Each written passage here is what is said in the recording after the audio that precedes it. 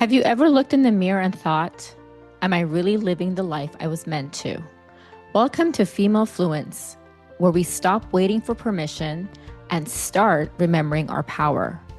I am Pearl Mashour, a mom, educator, and a women's empowerment coach. And this is a space for honest conversations about growth, purpose, and becoming who you truly are. Here, we wake up to ourselves. We release the guilt, reclaim our confidence, and rise with grace, truth, and a little bit of fire. If something in you is whispering, there's more, take the self-reflection quiz at femalefluence.com and see where you are in your journey. Because you're not here to play small, you're here to rise fully. Bravery is in the absence of fear. It's a choice to act despite of it. And resilience, it's that quiet strength that keeps you moving even when fear feels overwhelming. When you're living with OCD or panic attacks, bravery isn't about waiting for fear to disappear. It's actually about choosing to move through it, one conscious step at a time. It's about letting resilience guide your actions, even when your mind says, don't. Every time you walk through fear, instead of running from it, you're proving to yourself just how strong you truly are. Maybe you've been told that bravery looks like skydiving, running marathons, or building empires. But what about the courage it takes to simply get out of bed on a heavy day?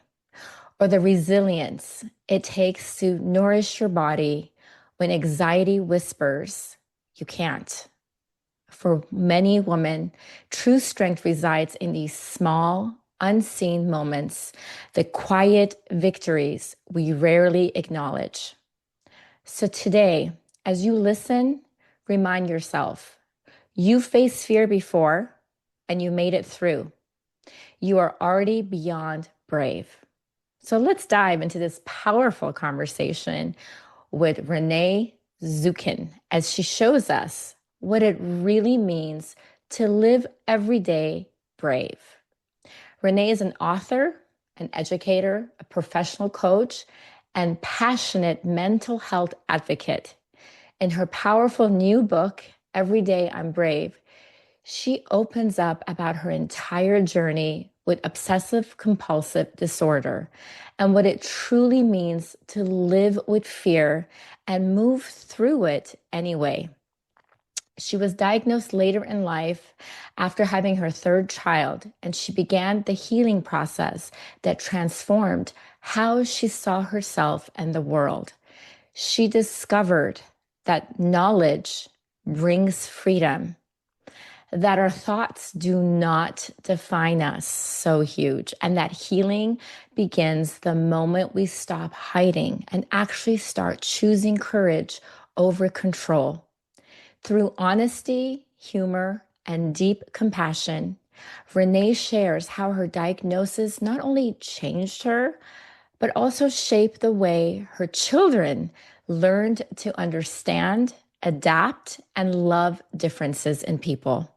In this episode, we'll explore what it means to hold on to hope, to practice self-compassion through setbacks, and to remember that every single day and every single step forward, we are braver than we think. Renee, welcome to Female Fluence. I'm so excited to have you on my show. Thank you so much. That introduction was so powerful. The courage that it takes to just keep going and ultimately thrive. I'm so excited for this conversation. Thank you so much. Thank you. Well, let's start with tell us about your journey, your childhood was like, and how you feel those early experiences kind of shaped the path that you are on right now. That's a great question. I feel like I had a relatively quote unquote normal childhood. You know, my parents have been married 50 plus years. I grew up with two older brothers, but something that I think really impacted the way that I see the world was actually a move at the age of 9. My whole family's from the Detroit, Michigan area. I grew up there. But when I was 9, we moved to a smaller university town in Iowa, which was quite the difference from what my family had been used to.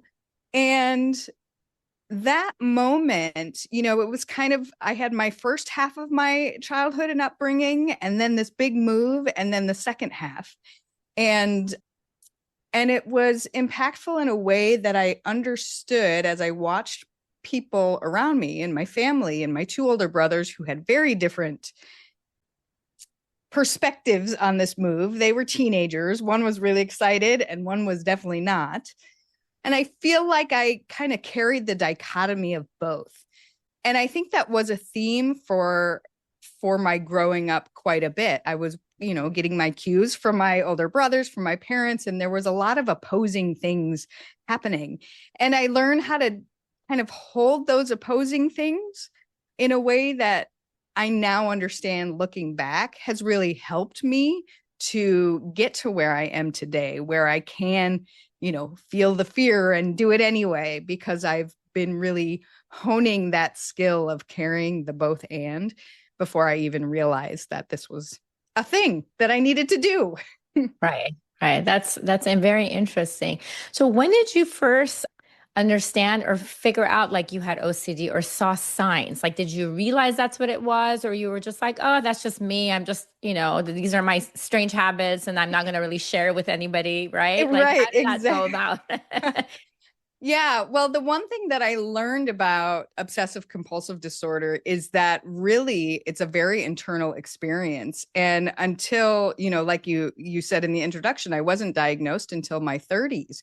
And it was sort of once I got that diagnosis and I learned about all the different ways that, my thoughts were essentially kind of controlling what I was able to do and not do, I was able to look back and notice other patterns from, my younger years, and could point to, oh, this is why this was happening to me then. This is why, this became something I was afraid of, or these tendencies that I had really turned into something much bigger when the very internal experience of OCD became latched on to something very external, which you had mentioned right when it came to my relationship with food.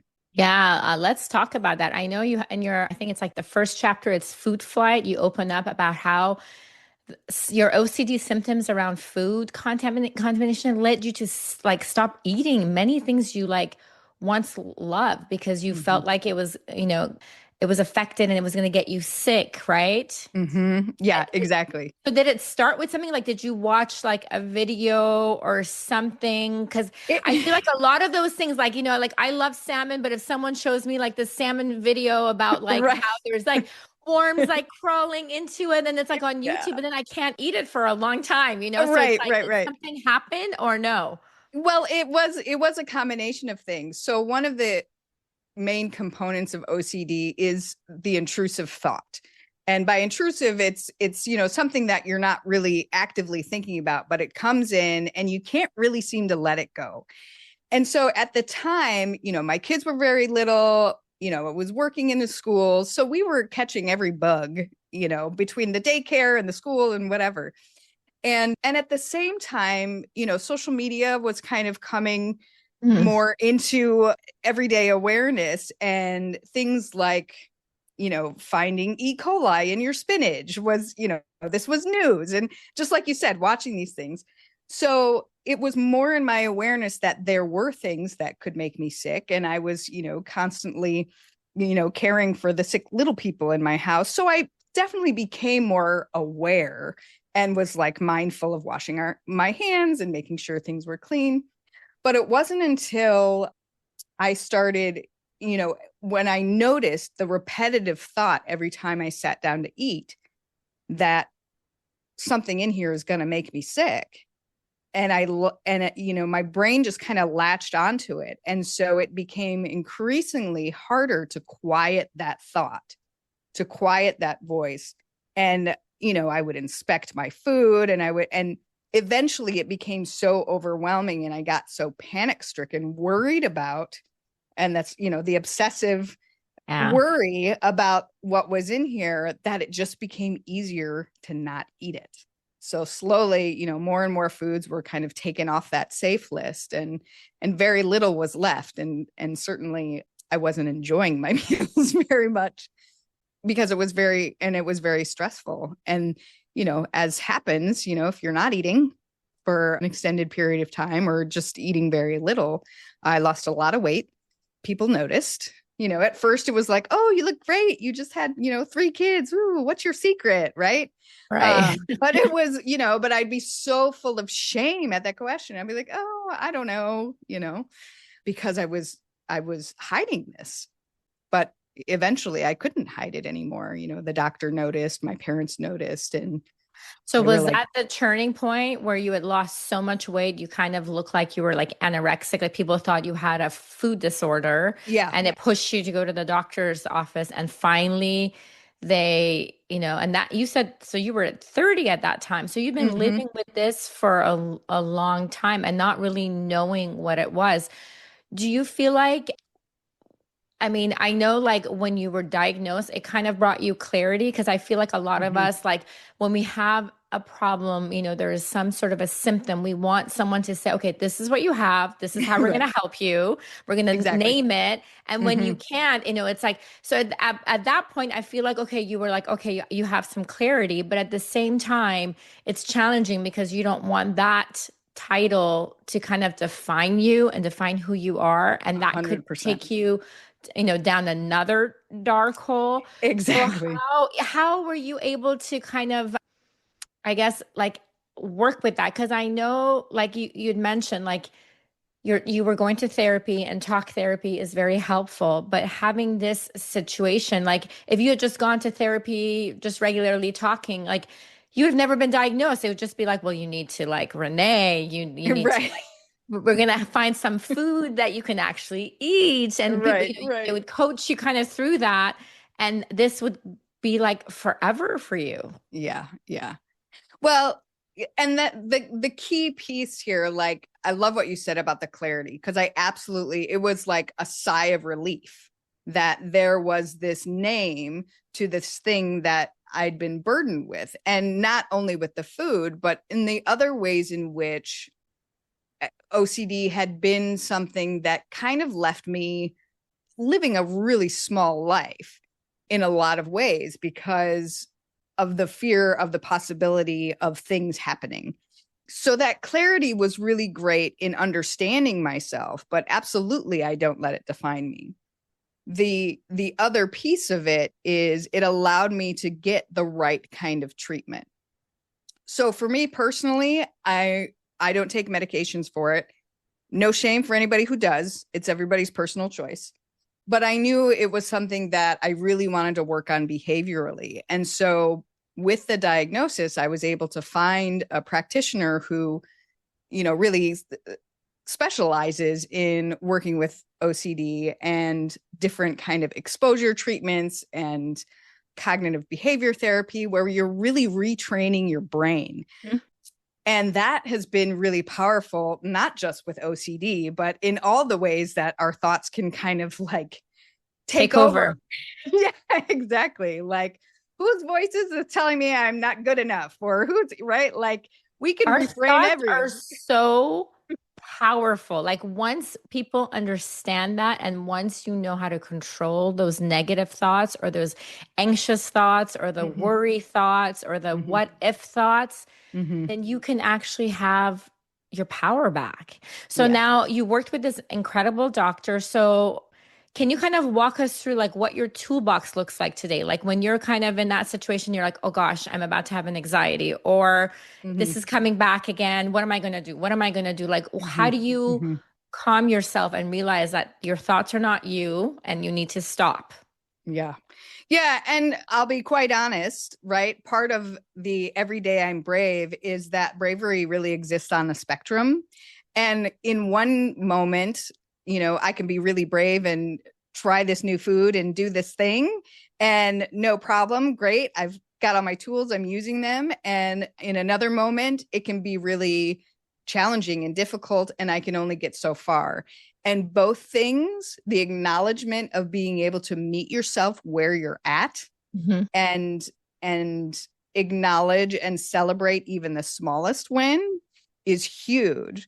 And so that said, right, a big toolbox can be really helpful because there's all sorts of situations that come up where, you know, fear can get in the way. If you're somebody who does have panic attacks, or, you know, experiences that really sort of full body visceral experience of anxiety, you know, you're going to want to match that with some thoughts that can be reframed, understanding that these are just sensations, and even though they feel horrible, that they're not dangerous, and you'll get through it because you've gotten through it before. So sometimes it's just a simple thought and a simple reminder. I've got, you know, sticky notes all over my house and in different places in my office with little reminders about what is more true. Right. You know, I've learned different breathing techniques that help bring the heart rate down, getting just mindfulness, being able to dig into like what are the five senses, right? And being able to pinpoint some things to get really present in the moment, to also kind of bring into focus and quiet the mind. You know, and then there's your support system, right? Sometimes you got to call on the reinforcements, whether that's a friend or, you know, a hotline or your therapist. You know, there's all sorts of ways. Getting out in nature. I mean, I could, you know, the list goes on and on. I go outside, I hug my tree in the yard, you know. I, and Renee, everything you just listed right here, these are things for everyone. It's not just for OCD or anxiety. I mean, I have, Yep. I'm a coach, but there is days that I might have a bad day, or I feel like an imposter syndrome, and I remind myself, and I have my toolbox to kind of get myself back, or even I've gotten heart palpitations, and that's like a perimenopause symptom. Initially, I didn't know. I thought I was having a heart attack. Right. Being aware, right? Being aware and just telling your mind, like, it's nothing. I'm okay. Like, Mm-hmm. I'm gonna work on my breathing. I'm gonna bring myself calm, to another level. Bring yourself to the present moment. So these are all great tools to use for any type of situation, like anything that you might be going on with life, because we all have those bad or rough or stressful days that can be triggers, and it Mm-hmm. can just throw us down to a level that we don't want, where it's a negative spiral. We have all these negative voices at us going at, and we are losing ourselves, and we know it, but we just don't know how to climb back up. So having the right tools is key. Yeah, So I'm absolutely. really glad that you have that. Now, I know many of us think like OCD is kind of like, just washing your hands, being really clean, maybe organizing your closet a certain way, things like that. Can you kind of go into detail more of, the different spectrums of OCD, and Mm-hmm. maybe from your kids' perspective, like how was it living with you, right? I mean, I'm Yeah. just being honest. Like, I'm sure I don't know Right. what your kids' age range were at that time, but I'm sure they were kind of like, well, mom, like it's okay, right? Right. So, Right. Yeah. Well, you know, being diagnosed. So I had three kids by the time I was 30. So, and then diagnosed in my 30s. So they definitely have been, I like to say, well trained. You know, they know not to touch my food or where, that sort of thing. And I joke about that. But in a lot of ways, one of the things that I wanted to be really cognizant of is not letting my fears and these kind of rules and things that I had in place for myself, for my own sense of safety, to be something that, kind of spilled over into their lives and their fears. And, you can't always help that entirely. And, apples don't fall too far from the tree, but it's my hope too that as I learn different tools and I spoke about them openly, like, oh, I did this thing in therapy where, if I was working on a particular exposure to, like, one of them I talk about in the book is walking bridges. So fear of heights was something that I've had for a long time. And by bridge, I'm really only talking about a second floor, like nothing too outrageous. But my kids would walk with me hold my hand, so they could be a sense of support, but they were also a real sense of encouragement and inspiration for me as well, because I wanted to show up strong for them and I wanted to show them what courage looked like. And it was okay that even though I'm walking across this bridge and I might be crying a little bit, I'm doing it anyway. So, my hope is that even though I couldn't control, the environment with which OCD kind of took over in things, especially around food, especially at the dinner table, that's the most kind of intense. Like, it's my hope that they also saw how I was able to overcome different roadblocks and use the same tools for themselves in a way that is helpful for whatever challenge is coming up for them. I feel like there was something else in the beginning of your question too that I wanted Oh, to. like what are some other OCD like things like besides like being clean or organized? Right. Well, and that's the thing. It's different for everybody. It's the OCD is this latching on of a particular thought. And the amount of fear and panic that can ensue based on that thought is something that's not easily kind of swept aside. And that's where the compulsion behaviors that you see, like hand washing or like orderly, right? It's the sense of I have to do this thing in order to feel safe, whether that thing is washing your hands, checking the locks, those are things that you see.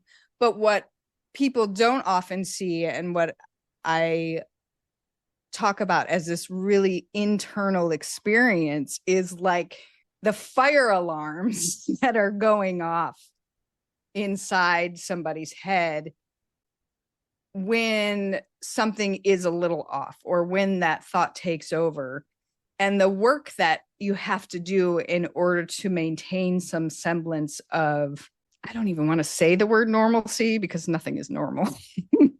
True. but to not let it overtake you.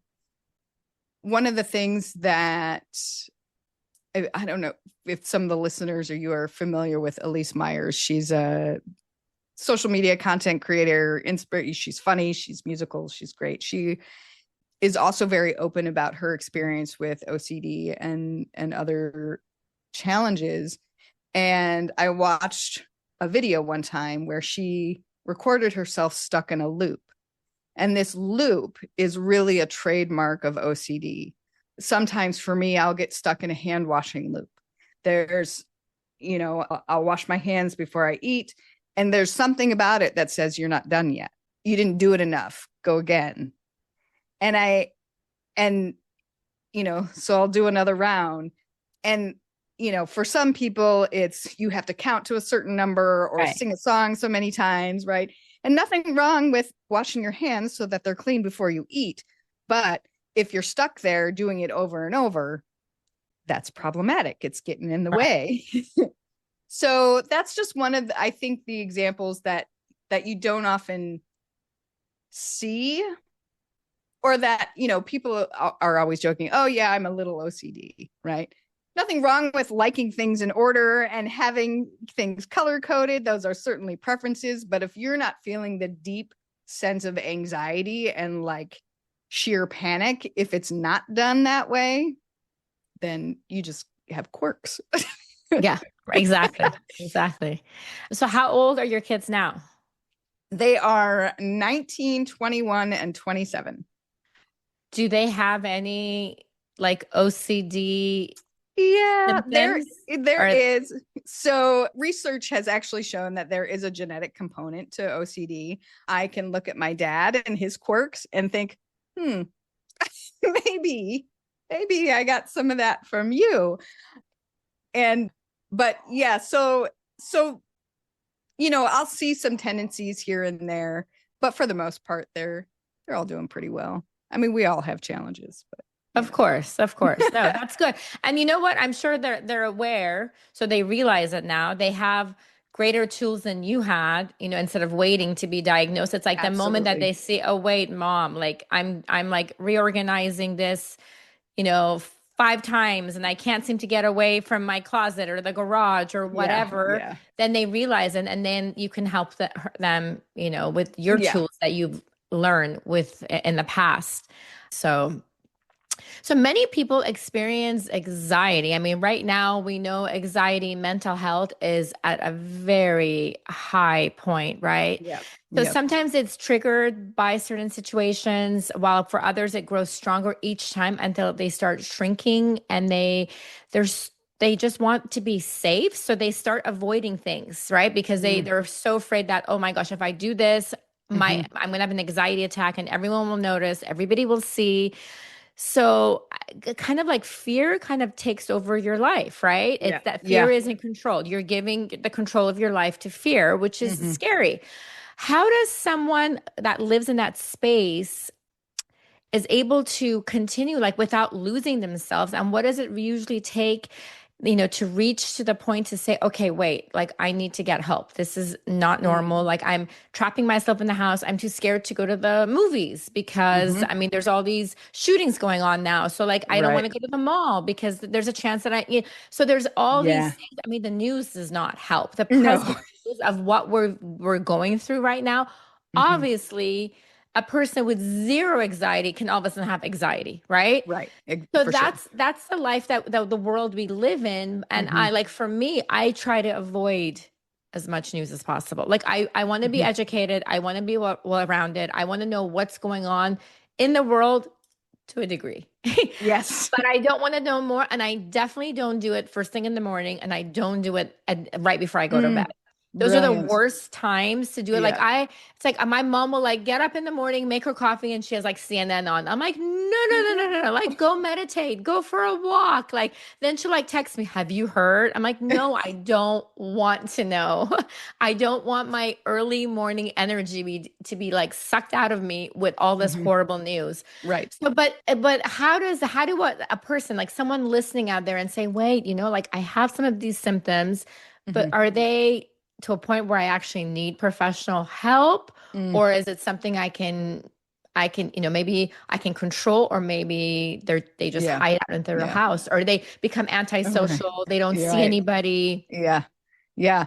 This is a great question. And what I really want to speak to is the sense of management versus control.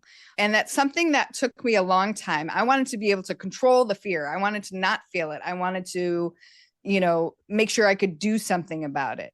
And there's a real sense of needing to surrender to it in order to keep going, to keep moving.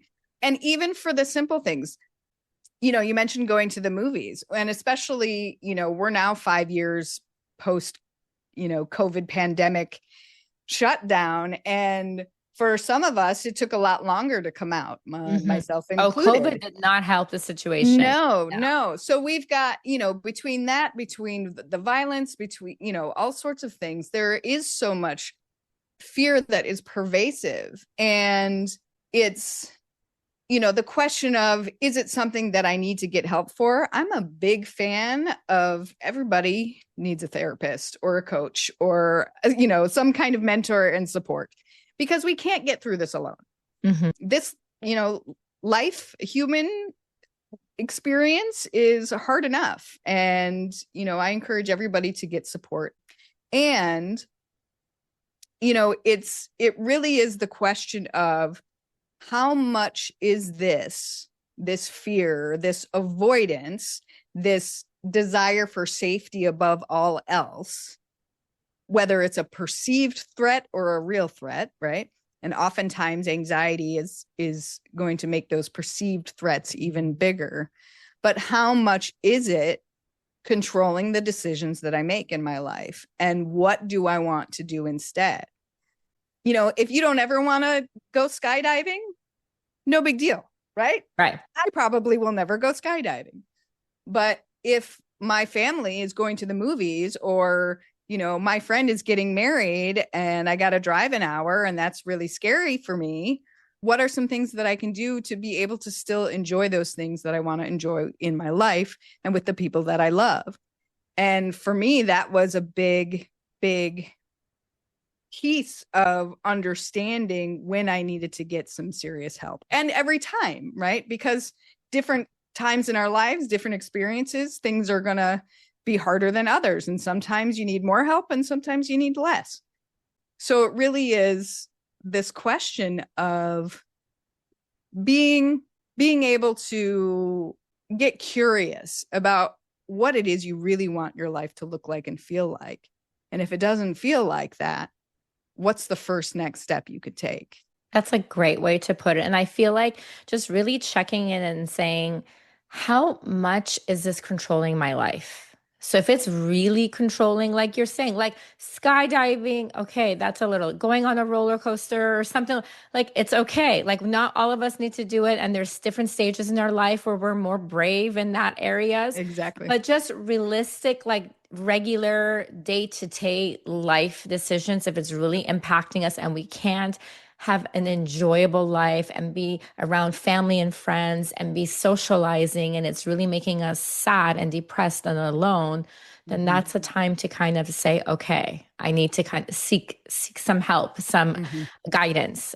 Now in your book you share a powerful story about the zebra and the ulcer and then the white tiger. And I just thought Mm-hmm. it was a really inspiring story.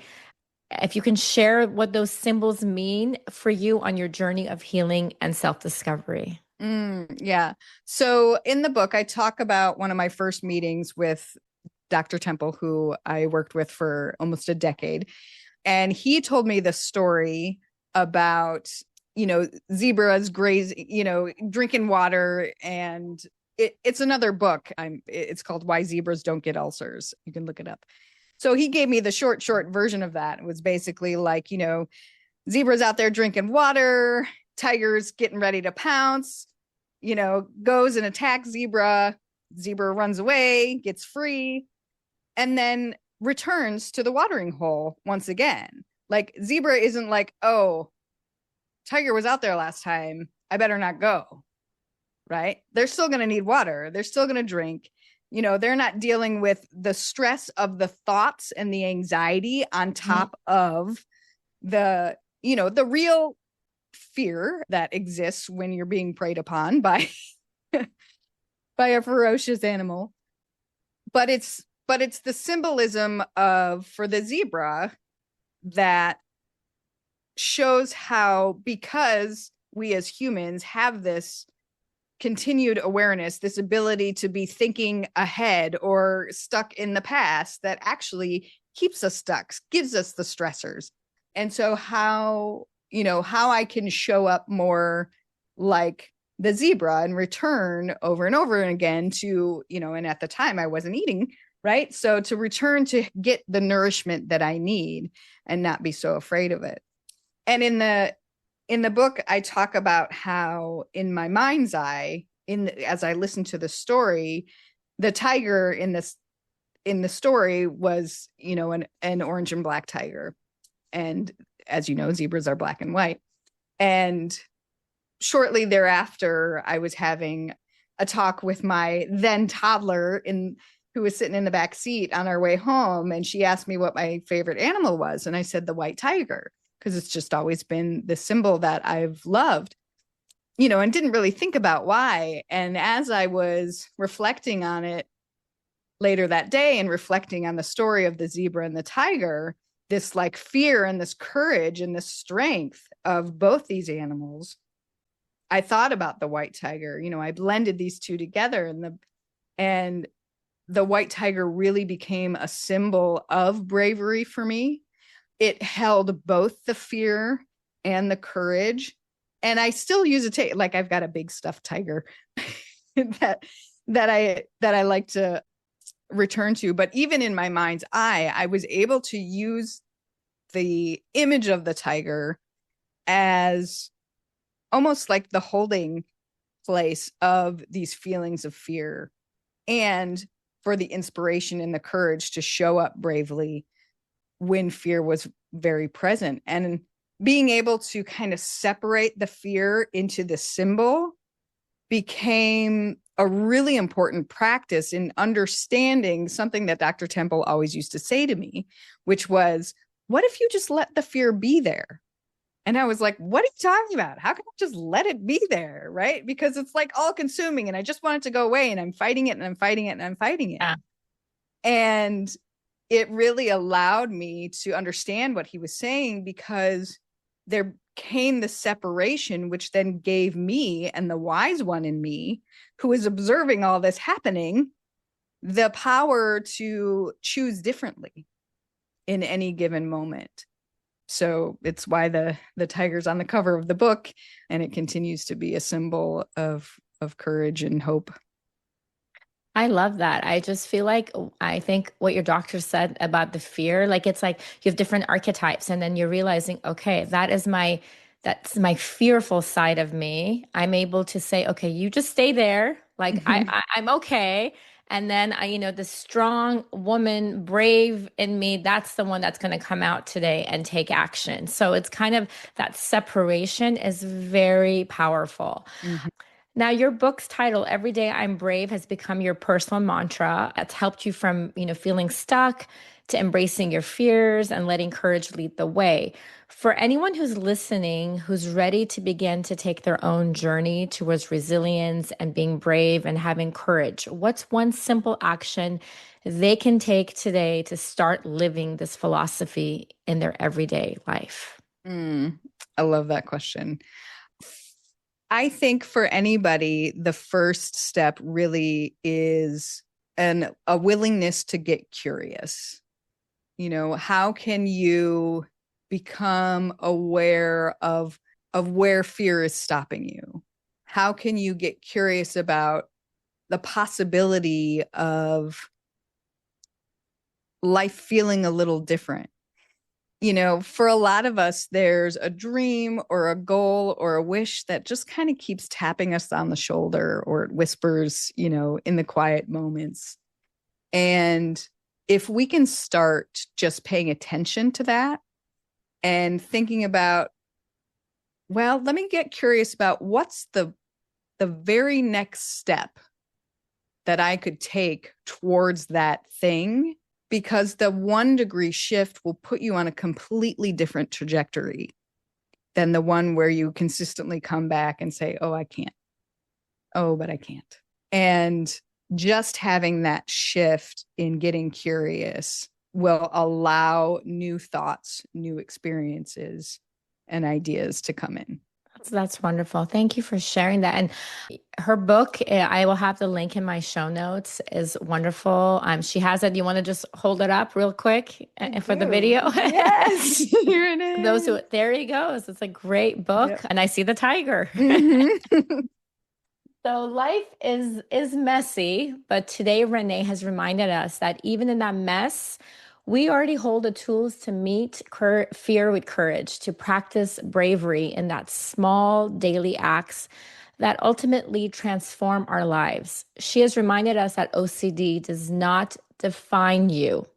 It's part of your experience, but not the whole of who you are. It's not your essence. You have to remember that. Through her healing, she's learned to embrace the hard parts of herself, which we all have, as the ingredients of her growth, proving that even our struggles can become sacred teachers for us and help us grow.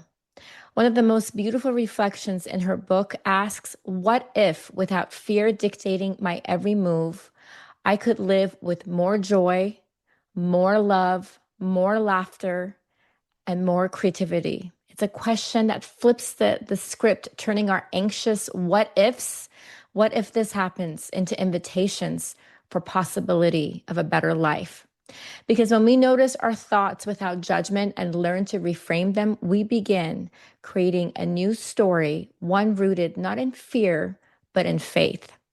This episode serves as a guide to showing up authentically, asking for help when you feel like you need it, and believing that another path is always possible, even when you can't see it. Renee, before we end the show, is there a message or a piece of guidance you would like to leave our listeners with? Thank you. I would just like to leave everybody with a word about self-compassion.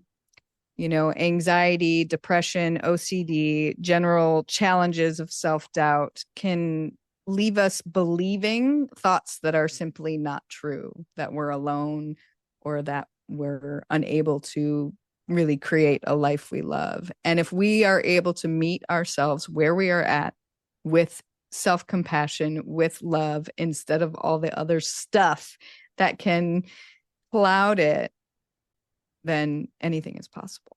Beautifully said. And, I wanted to ask you one more thing. Now that you have gone through this journey, you're able to live a much bigger life, right? So Mm-hmm. traveling, having more freedom, life experiences, that is something incredible for you. Like, how does that feel for you, right? To be able to live so much bigger than you used to. It's amazing. I am so grateful for everything that I've learned so that I am able to, get on an airplane and travel to see my friends and see some beautiful sights, and it's not without fear. And I do it anyway. And the gifts, the benefits of seeing that courage through to the other side of the risk has just continues to be rewarding at every turn. That's great. So all of Renee's links will be in my show notes. And my listeners, remember, your thoughts are just your thoughts. They are not you. You get to choose what to do with them. So keep showing up for yourself. Thank you so much. Thank you for spending this time with me here on Female Fluence, where we rise, reflect, and remember who we are. If something from today's episode spoke to you, share it with another woman who's ready to rise too. And before you go, download your free empowerment coaching guide at femalefluence.com. It's your next step toward living with more clarity and confidence. You can find me on Instagram and Facebook at Mashour_femalefluence. And if you're ready for deeper support, sign up for a free discovery call.